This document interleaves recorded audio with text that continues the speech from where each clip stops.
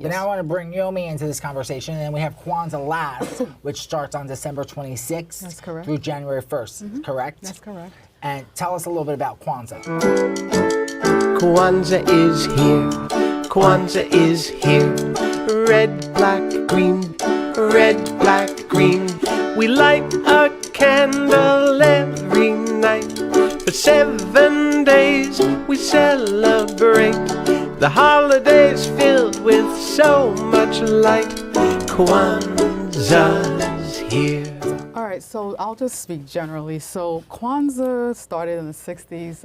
Dr. Malana Karenga started in the 60s. And there are people that would say that, okay, is it a made-up holiday? It came from a premise. It came from community. It came from ancestral, practices. So, like for instance, I'm originally from Nigeria, and Kwanzaa actually stands for first fruits in Swahili. And in Nigeria and in many other African countries, they celebrate the harvest. It's like a joyful time. In Nigeria, we have a yam festival. Community comes together. We're talking about collective responsibility, a time of reflection, looking at creativity, supporting one another, looking at self-determination, and these, and umoja, which is unity. Because with Kwanzaa, we have 7 principles. What are those 7 principles? 7, and I have my little sheets here. So in the office, I usually have a call and response, because I want people to be educated about it. So the first thing that you say on the first day of Kwanzaa, you say, habari gani. So habari gani means, what's the news? And you're supposed to respond with the Kwanzaa principle for the day. So the first day, like I indicated, is umoja, which is unity. And one thing I always say about umoja, stresses the importance of togetherness and community. And that's one of the reasons why I like Kwanzaa, because, when you talk about the commercialism and, in terms of, how Christmas has turned into, when my daughter was younger, I wanted her to have something with meaning and value, making gifts, so that's, we go through that process, we go through reflection. So I usually tell people, okay, like with each principle, what is the reflection? So I give them a reflection. So for umoja, I'll say, what have you done towards achieving and promoting unity in the community lately, right? So then the next one is kujichagulia, which is self-determination, being able to name for ourselves, speak for ourselves, which is very important, particularly when you're raising children. You want to make sure that they're able to have this sense of agency, self-determination, and I go through a whole affirmation, making sure that this commitment to self-determination is reaffirmed. And I know I'm moving quickly. So day 3, and again, each day you go habari gani, what's the news? So the third one is ujima, which talks about collective work and responsibility.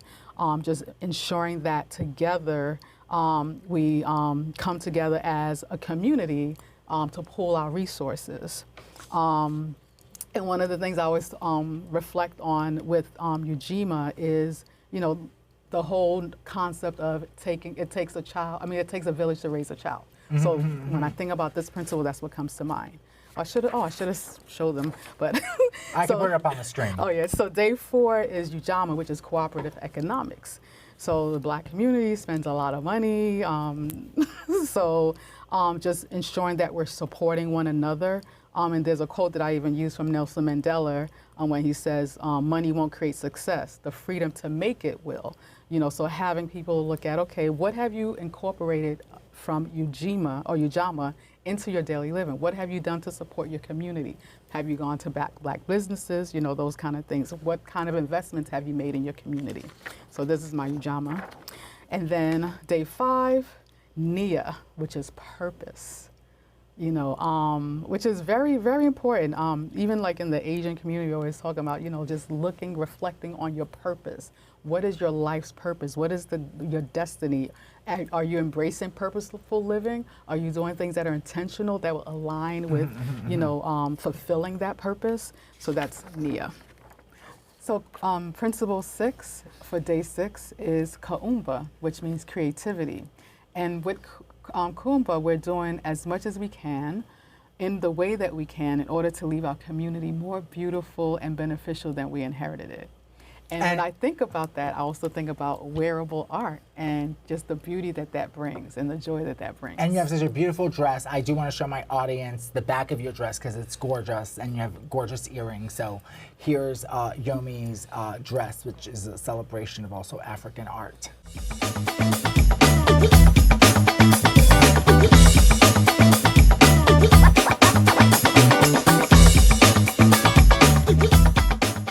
And this is one of my favorite ones. Day 7 is Imani. And there are actually some children's named Imani. Well, you've heard her name Imani. Actually, and I actually know one of my friends named her daughter Kuchi Chakalia. Oh, wow. Yes. And Imani means faith. You know, so we're talking about faith, you know, of course, in a greater being, but also in your family and one another.